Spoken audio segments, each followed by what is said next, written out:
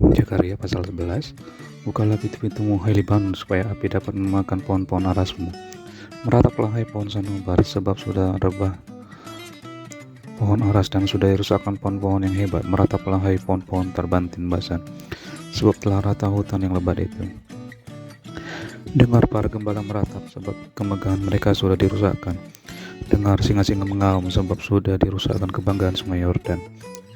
Ayat 4. Dua macam gembala. Beginilah firman Tuhan kepada Allahku kepadaku,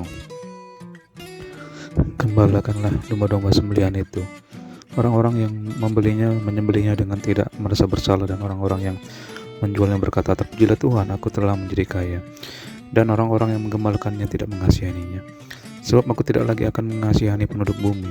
Demikianlah firman Tuhan, melainkan sesungguhnya aku akan menyerahkan manusia masing-masing ke dalam tangan gembalanya dan ke dalam tangan rajanya. Mereka ini akan menghancurkan bumi, dan aku tidak akan melepaskan seorang pun dari tangan mereka.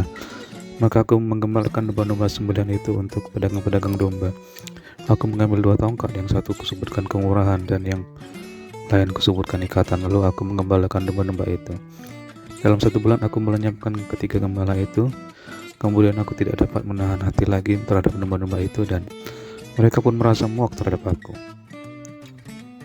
Lalu aku berkata, aku tidak mau lagi menggembalakan kamu. Yang hendak mati biarlah mati, yang hendak lenyap biarlah lenyap, dan yang masih tinggal itu biarlah masing-masing makan daging temannya.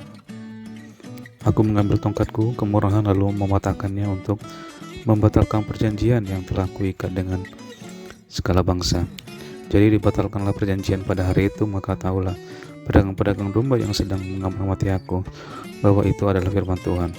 Lalu aku berkata kepada mereka, jika itu kamu anggap baik, berikanlah upahku, dan jika tidak, biarkanlah. Maka mereka membayar upahku dengan menimbang 30 uang perak. Tetapi berfirmanlah Tuhan kepadaku, serahkanlah itu kepada penuang logam, nilai tinggi yang ditaksir mereka bagiku. Lalu aku mengambil ke-30 uang perak itu dan menyerahkannya kepada penuang logam di rumah Tuhan. Kemudian aku mematahkan tongkat yang kedua, yaitu ikatan, untuk meniadakan persaudaraan antara Yehuda dan Israel. Sesudah itu berfirmanlah Tuhan kepadaku, ambillah sekali lagi perkakas seorang gembala yang pandai, sebab sesungguhnya aku akan membangkitkan di negeri ini seorang gembala yang tidak mengindahkan yang lenyap, yang tidak mencari yang hilang, yang tidak menyembuhkan yang luka, yang tidak memelihara yang sehat, melainkan memakan daging dari yang gemuk dan mencabut kuku mereka. Celakalah gembalaku yang pandir, yang meninggalkan domba-domba. Biarlah pedang menimpa lengannya dan menimpa mata kanannya. Biarlah lengannya kering sekering-keringnya dan mata kanannya menjadi pudar sepudar-pudarnya. Zakaria pasal yang 11. Pembebasan dan pembaharuan Yerusalem. Ucapan ilahi. Firman Tuhan tentang Israel. Demikianlah firman Tuhan yang membentangkan langit dan yang membentangkan dasar bumi dan yang menciptakan roh dalam diri manusia.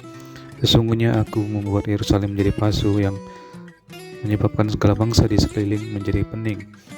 Juga Yehuda akan mengalami kesusahan ketika Yerusalem dikepung. Maka pada waktu itu aku akan membuat Yerusalem menjadi batu untuk diangkat bagi segala bangsa. Siapa yang mengangkatnya pastilah mendapat luka parah. Segala bangsa di bumi akan berkumpul melawannya. Pada waktu itu demikianlah firman Tuhan, aku akan membuat segala kuda menjadi bingung, penunggangnya menjadi gila. Atas kaum Yehuda aku akan membuka mataku, tapi segala kuda bangsa akan kubuat menjadi buta.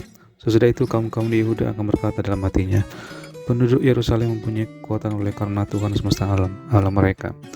Maka pada waktu itu aku akan membuat kaum-kaum di Yehuda seperti anglo berapi di tengah-tengah timbunan kayu, dan seperti suluh berapi di tengah-tengah timbunan bulir gandum. Api keduanya akan menjilat ke kanan dan ke kiri segala bangsa di sekeliling. Tetapi Yerusalem selanjutnya akan tetap tinggal di tempatnya yang dahulu. Tuhan akan pertama-tama memberi kemenangan kepada kemah-kemah Yehuda, supaya keluarga Daud dan penduduk Yerusalem jangan terlalu bermegah-megah terhadap Yehuda. Pada waktu itu Tuhan akan melindungi penduduk Yerusalem, dan orang yang tersandung di antara mereka pada waktu itu akan menjadi seperti Daud, dan keluarga Daud akan menjadi seperti Allah, seperti malaikat Tuhan yang mengepalai mereka. Maka pada waktu itu aku akan berikhtiar untuk memunahkan segala bangsa yang menyerang Yerusalem. Ayat 10. Ratapan atas dia yang tertikam. Aku akan mencurahkan roh pengasihan dan roh permohonan atas keluarga Daud dan atas penduduk Yerusalem, dan mereka akan memandang kepada Dia yang telah mereka tikam dan akan meratapi Dia seperti orang yang meratapi anak tunggal, dan akan menangisi Dia dengan pedih seperti orang menangisi anak sulung. Pada waktu itu ratapan di Yerusalem akan sama besarnya dengan ratapan atas Hadad Rimon di lembah Megiddo. Negeri itu akan meratap, setiap kaum keluarga tersendiri, kaum keluarga keturunan Daud tersendiri dan istri mereka tersendiri, kaum keluarga keturunan Nathan tersendiri dan istri mereka tersendiri, kaum keluarga keturunan Lewi tersendiri dan istri mereka tersendiri, kaum keluarga Shimei tersendiri dan istri mereka tersendiri, juga segala kaum keluarga yang masih tinggal, setiap kaum keluarga tersendiri dan istri mereka tersendiri. Jakarta